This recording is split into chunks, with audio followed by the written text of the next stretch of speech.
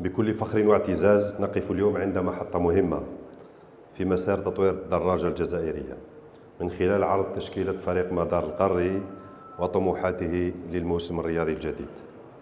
إن هذا الفريق ليس مجرد مجموعة من الدراجين والتقنيين، بل هو مشروع رياضي وطني يعكس رؤية واضحة للاستثمار في الشباب وفي الأداء وفي صورة الجزائر على المستوى القاري والدولي.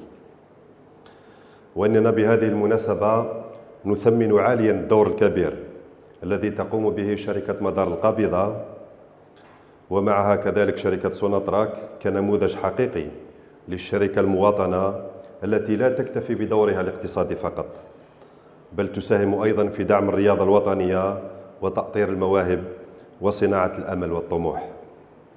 إن دعم الرياضة اليوم لم يعد عملا ثانويا، بل هو استثمار في الإنسان وفي سمعة الوطن وفي قيم الانضباط والتميز. ومن هذا المنبر نعبر عن أملنا في أن تحذو هذه المؤسسات الوطنية الأخرى حذو شركة مدار القابضة وشركة سوناتراك لاستحداث فرق قارية، لأن الرياضة الجزائرية تستحق التفافا اقتصاديا أكبر وشراكة أوسع بين الحركة الرياضية ومؤسساتنا الوطنية.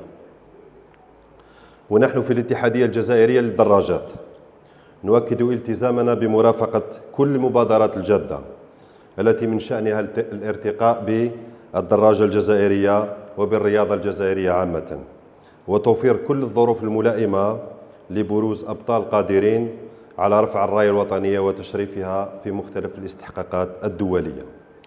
نتمنى لفريق مدار القاري موسما حافلا موفقا بالإنجازات والنتائج الإيجابية، وأن يكون خير سفير للجزائر وللدراجة الجزائرية.